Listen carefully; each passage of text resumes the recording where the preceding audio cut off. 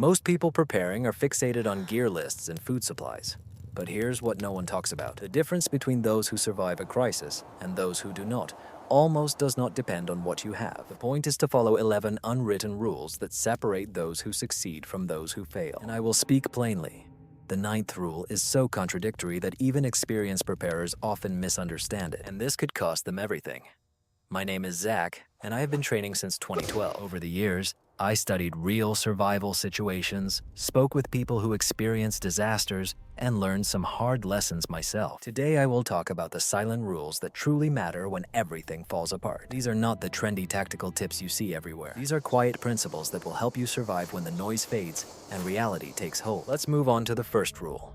The first rule: your best gear is invisibility. This is what most survival materials completely ignore. Everyone talks about the need for the best tactical backpack, the most modern gadgets, and high-quality gear. But the truth is that in a real crisis, a person with expensive and noticeable gear becomes the first target. Think of it this way. You are on the third day after the power outage. Most people were not prepared at all.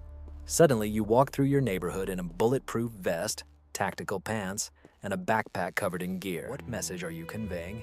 You signal that you have resources worth taking. This concept is called the gray man principle, but it is deeper than just blending in with clothing. The fact is that in a survival situation, being unremarkable is a tactical advantage. This means that your emergency evacuation backpack should not look like an evacuation backpack. It should look like an ordinary backpack that someone might take to work or the gym. In 2019, I helped a friend organize his supplies, all stored in military containers with noticeable labels. I asked him, if someone breaks into your garage looking for supplies, what will they take first? Containers that clearly scream tactical preparation or random cardboard boxes? He immediately understood and spent the weekend reorganizing everything into ordinary yet unremarkable containers. This principle of invisibility also applies to your car. Stickers on windows with logos of weapon brands, channels for preparers, or even hunting associations are information for people who may be looking for targets. Your car must be so unremarkable that no one remembers it.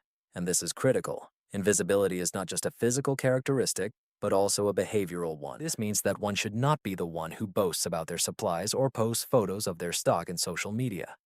Every piece of information you share can be used against you. The best preparers I know look like you would never guess they are in preparation. They drive ordinary cars, wear simple clothes, and prefer not to speak unnecessarily. This is rule number 1.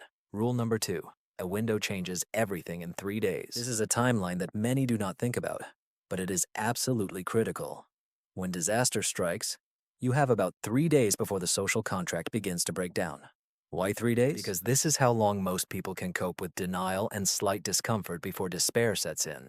On the first day, most believe that everything will be fine. They wait for help, assuming that electricity will return or stores will open. On the second day, reality begins to besiege them. People become uncomfortable, hungry, and thirsty, but hope still remains. On the third day, a turning point occurs. It is then that people begin to make desperate decisions. I learned this principle by studying the consequences of Hurricane Katrina, the freezes in Texas in 2021, and other real disasters. This pattern is consistently repeated. The first 72 hours are your window to either reach a safe place or strengthen your position. After this, the roads become more dangerous, resources harder to access, and people unpredictable. This means your decision to stay or leave must be made quickly. Not on the third day, but on the first. Preferably within the first few hours, because everyone else starts acting on the third day. That's exactly when you want to be where you're going. Now about practical application. When something happens, you need a pre-prepared decision matrix. Not, maybe I'll leave, not let's wait and see. You need predetermined triggers that will indicate when it's time to act. For me, such triggers are specific events in the news, local infrastructure failures, or observations of my community's reactions. The biggest mistake I see is waiting to understand how bad everything is. By the time you realize how serious it will already be too late to move safely. Rule number 2 is that your window of opportunity is shorter than you think. Rule number 3. Water is your first, second, and third priority. Everyone knows that water is important, but most still do not treat it with the urgency it deserves. Your body can survive 3 weeks without food if necessary. You will feel unwell, you will weaken, and be hungry, but you will be able to survive. Without water, 3 to 4 days, and in ideal conditions with heat or physical activity, less than 48 hours. But here is what makes this rule especially important. It's not just about storing water. It's important to have several backup methods for obtaining and purifying water that do not rely on functioning systems. Let me explain what I mean. For most people, the plan for securing water looks like this. Store some bottled water and maybe have a filter. This is not a plan, but merely a starting point. A real strategy for securing water has layers. You need stored water, yes, but it's also important to know where natural water sources are in your area. You need several purification methods that do not depend on electricity or fuel. You will need containers for collecting and transporting water, and it is important to understand how much water you actually need. I was surprised by one number when I counted it for the first time. One person needs about 1 gallon of water a day for drinking and basic hygiene. This is the minimum level for survival. If you plan to cook, wash dishes, or maintain normal hygiene, you will need 2 to 3 gallons per person per day. For a family of 4, that's 8 to 12 gallons. Over 30 days, you'll need between 240 to 360 gallons. It's heavy, bulky, and takes up a lot of space. Therefore, your water supply strategy cannot rely solely on storage. You need to be able to obtain it from renewable sources. In 2016, there was a threat of water contamination in my area. Ultimately, nothing serious happened, but for about 4 days we were under a notice to boil water. I saw people rushing into stores, trying to buy bottled water that was already sold out. Meanwhile, I filled all the containers I had from the tap before the notification took effect and prepared my filtration systems. I wasn't worried because I had already thought through this scenario. The practical steps are quite simple, but often overlooked. First, keep what you can. I have a rotating supply of bottled water and several 5-liter containers that I alternate. Secondly, have at least 2 different purification methods. I have a filtration system with a gravitational flow, cleaning tablets, and knowledge of how to build a simple charcoal and sand filter if needed. Thirdly, know your local water sources. Where are the streams, ponds, or reservoirs near you? Even a pool can become a source of water in an emergency if you can purify it. The third rule is simple. Secure water first, otherwise nothing else matters. Now, before continuing the discussion of other rules, I want to share something that is directly related to what we are talking about, because I understand how overwhelming preparation can seem, especially when you are trying to set priorities and have a limited budget. I have prepared a completely free guide that will help you with what I would have wanted when I started preparing. It is called the $50 Food Stock Guide, and shows how to turn just $50 into a food supply for 90 days in case of emergencies. This is not a theoretical plan. It is an exact shopping list with specific brands and prices, 37 essential items for preparation that most people don't even think about, and simple storage methods that will fit any home or apartment, even if you think you have no space. The guide includes emergency meals that can be prepared without fuel or electricity, storage strategies to keep everything fresh for years, and a step-by-step approach to confidently increase supplies from 1 week to 3 months. All of this is completely free. I will leave a link in the description and attach it in the comments. Just let me know where to send it, and it's yours. All right, let's return to the critically important survival rules. The fourth rule: calories are currency in a crisis situation. This is a concept that does not receive the attention it deserves. In survival conditions, your energy resources are limited, and every action requires calories that can be difficult to replenish. This radically changes your perception of every decision you make. Most people view survival through the lens of an adventure movie. They envision themselves performing numerous physical tasks, building complex shelters, covering great distances, and engaging in conflicts. But in reality, if food is scarce, every extra movement is like borrowing from a bank account that you cannot replenish. Suppose you are in a situation where you need to stay put, and you must decide whether to walk 3 miles to check a potential source of resources, or better, to stay and conserve energy. A walk can burn between 300 to 400 calories, depending on the terrain and your weight. This is roughly equivalent to a full meal. Is the potential resource of the effort worth a whole meal? Perhaps yes, perhaps no. But you should think in such categories. Here, many prepared for survival make a mistake. They plan activities that are not sustainable. They think they will hunt, gather, fortify, patrol. But if you burn 3,000 calories a day and only consume 1,500 calories of food, you are in an energy deficit that will quickly become apparent. In 2 weeks, you will start to weaken. In a month, it will be hard for you to function. The smart approach is to think like an efficiency expert. Every task must justify its energy costs. This means organizing space to minimize unnecessary movements. Do tasks in batches to avoid making multiple trips. This means resting when possible, as rest requires almost no calories. I learned this lesson during a long hike to test my gear and skills. I plan to be very active, gathering firewood, exploring the area, fishing, and so on. But I only took the food I planned to use in a survival situation. On the fourth day, I was exhausted. On the sixth day, I began to conserve my movements because I felt my body depleting. This experience completely changed my perception of survival situations. Rule number 4 states, be lazy wisely. This means choosing efficiency over activity. It means understanding that in survival conditions, fewer actions often mean more. Rule number 5, the paradox of fire. Fire is both one of the most valuable resources and one of your greatest vulnerabilities. Knowing when to use it and when to do without it can save your life. Let's talk about what fire provides. Obviously, it offers warmth. In cold conditions, fire can be a deciding factor between survival and hypothermia. Fire also purifies water, cooks food, provides light, and offers psychological comfort. These are significant advantages. But there is another side. Fire also reveals your location. Smoke is visible for many miles, especially during the day against the clear sky. The light from the fire can be seen at night from a great distance. The smell of wood smoke spreads through the wind. If you aim to keep a low profile, using fire will contradict this goal. The rule here is not to never light a fire. It is important to understand compromises and make conscious decisions. Are you in a remote place where detection is not a problem? Then boldly light a fire. Are you in a situation where other people pose a threat? Then you need to weigh whether the benefits outweigh the risks. There are ways to minimize the visibility of fire when its use is inevitable.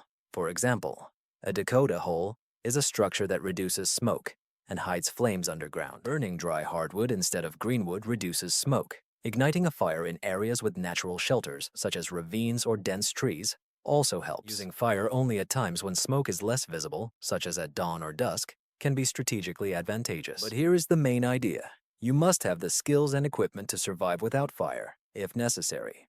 Will you be able to keep warm with suitable clothing and shelter? Can you eat foods that do not require cooking? Can you purify water without boiling? If your survival completely depends on fire, you are vulnerable. I remember a winter hike where I set myself the task of spending 48 hours without fire. It was cold at night, around 20 degrees. I relied entirely on my layers of clothing, sleeping bag, and well-constructed shelter. It was uncomfortable, but I proved to myself that I could cope if needed. This knowledge is valuable because it means that fire becomes a choice, not a necessity. Rule number 5 concerns understanding the dual nature of fire and the ability to use it or not, depending on the situation. Rule number 6, silence as a survival skill. Most people greatly underestimate how far sound can travel, especially at night or in a quiet environment. A normal conversational voice can be heard from over 300 feet away in good conditions. The sound of a pot or the crunch of footsteps on gravel can be heard even farther. The barking of a dog can be heard from over a mile away. These sounds reveal your presence and potentially your actions. In the current survival situation, especially when safety is paramount, maintaining silence becomes critically important. This is not paranoia. This understanding that sound is information, and every piece of information you give can be used by someone else. Think about what your ordinary camp sounds might reveal. Pots and pans inform someone that you are cooking, which means you have food. The voices speak of the number of people in your group. The sound of the generator indicates that you have fuel and energy. Even the click of a flashlight switch or the rustle of a tense fabric reveals your location and actions. Maintaining silence requires conscious practice. This means moving carefully, placing things back in their place, communicating in quiet voices or through gestures, and being attentive to what enhances your surroundings. Metal on metal sounds especially loud. Empty containers act like drums. Certain surfaces, such as dry leaves or gravel, naturally create noise. Here is a practical exercise that I recommend. Spend an evening at home or in a camp, trying to perform ordinary tasks completely silently. Prepare food, organize gear, move around. You will quickly notice all the small sounds you previously ignored. This awareness is the first step to controlling noise. But this rule applies not only to the camp noise, it also includes control over light, which is visual noise. A flashlight beam or even the light from a phone screen can be seen from an astonishing distance at night. If you need to use light, red filters preserve night vision and are less noticeable from afar. It is also useful to direct the light source so that it only illuminates what you need. The principle here is that in survival conditions, remaining unnoticed is often more important than being noticed. Silence, both auditory and visual, helps to stay unnoticed. Rule number 7. Always have a backup exit. This rule is simple but often ignored. Never put yourself in a situation where you have only one way out. Whether it's a physical place, a plan, or a strategy. You need alternatives. Let's start with the physical aspect. If you stay in one place, your home should have at least 2 exits that you can use in an emergency. It sounds obvious, but how many people have actually checked their emergency exits? Are they blocked by storage? Can all members of your family use them? Do you have tools to open them if they are stuck or locked from the outside? I learned this lesson many years ago when I organized my storage in the basement. I stacked supplies in front of the basement window, which was technically an emergency exit. One day, I smelled smoke. It turned out to be nothing serious, just the neighbor burning leaves. But my first thought was, can I escape through this window if needed? The answer was negative. Not without first removing several heavy containers. I immediately reorganized everything. The same principle applies in evacuation. Never choose a route that has no alternatives. If you plan an evacuation on a certain highway, what will happen if that highway is blocked, congested, or dangerous? You need to plan alternative routes in advance, even if they are slower or less direct. You must have several destination options in case your primary location becomes unavailable. But this rule goes beyond physical exits. It also pertains to strategic flexibility. Your plans must have backup options. Если ваш источник воды будет загрязнен, каков ваш запасной вариант? Если ваши основные запасы пищи будут нарушены, есть ли у вас альтернативы? If your group loses a key member, can you continue to function? The military calls this reserving.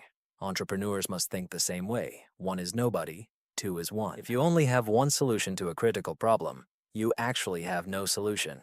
You have a potential failure point waiting for its time. Rule number 7 states that one should never corner oneself, whether physically or strategically. Rule number 8 concerns people as a variable. What I needed many years to understand. Disasters are predictable, but people's behavior is not. You can prepare for a storm, an earthquake, or a power outage. These events are governed by physical laws, but how people behave under stress is an unpredictable factor. Most survival plans focus on the catastrophe itself. How much water do I need? What equipment will I require? How can I stay warm? All these questions are important, but they assume that the main problem lies in the environment. In most prolonged crisis situations, the greatest threat comes from other people. It's not about being cynical or misanthropic. It's about a realistic approach. When people are scared, desperate, or hungry, they behave differently than in normal circumstances. Some people show resilience and become more responsive and community-oriented. Others can become dangerous, and you won't always be able to tell who is who until it's too late. The principle here is to pay as much attention to human behavior as to the catastrophe itself. This means being attentive to the surrounding environment, watching for signs of despair or aggression, and understanding the dynamics of the crowd. Let me give a specific example. After the hurricane, when the power is out in your area, people are usually friendly in the first couple of days. There is a sense of unity, that we are all in this together. But as resources become scarce and help does not arrive, this dynamic changes. You begin to notice more aggressive behavior at distribution points, an increase in thefts, and manifestations of despair. Understanding this timeline helps you make more measured decisions about when to stay visible and when it's better to remain in the shadows. This also means being careful about whom you trust. Trust is earned over time, not given freely. Just because someone seems friendly or willing to help doesn't mean they have good intentions in the long run. Pay attention to the sequence between what people say and what they do. Observe how they treat others, not just you, and be extremely careful about what you reveal about your resources. There is one unpleasant truth. Boasting about your readiness before a crisis is foolish, and doing so during a crisis is dangerous. If people find out that you have food, water, or means of safety, you will become a target. That is why the principle of the gray man from the first rule is so important. The best security is not needing protection because no one knows you have something valuable. Rule number 8 is that the human factor is the most unpredictable and often the most dangerous aspect of any survival situation. Rule number 9. Routine is a weakness. This rule surprises many. Predictability makes you vulnerable. If you establish routines that can be noticed and predicted, you create opportunities for others to take advantage of this. Think about your ordinary daily life. You probably leave for work at about the same time every day. You shop at the same stores, following familiar routes. This predictability is acceptable in a stable society that follows the law. But in a crisis situation, being predictable is dangerous. Why? Because if someone is watching you for an opportunity or with bad intentions, your habits will tell them everything they need to know. If you leave home at the same time every day, at that moment, you are vulnerable. If you come to the same water source at the same time, someone might be waiting for you. If you keep your supplies in one obvious place, that will be the first place they look. The solution is to vary your actions. Change your routes, alternate your time, diversify your daily habits to avoid creating a predictable pattern that can be used against you. This applies to everything, from cooking time and the appearance of smoke to perimeter checks and stockpiling. I am putting this into practice even now. I choose different routes when I regularly drive. I do not publish my schedule on social media. I distribute my supplies in several places instead of keeping everything in one obvious location.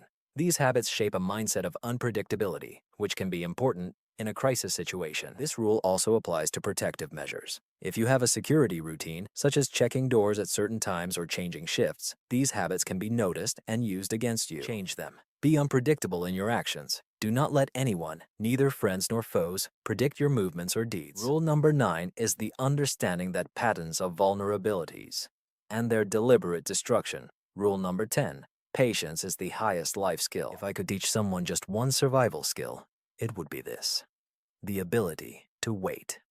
Patience is not exciting. It doesn't look spectacular in movies. This is not something that can be bought in a store, but often it is the deciding factor between survival and death.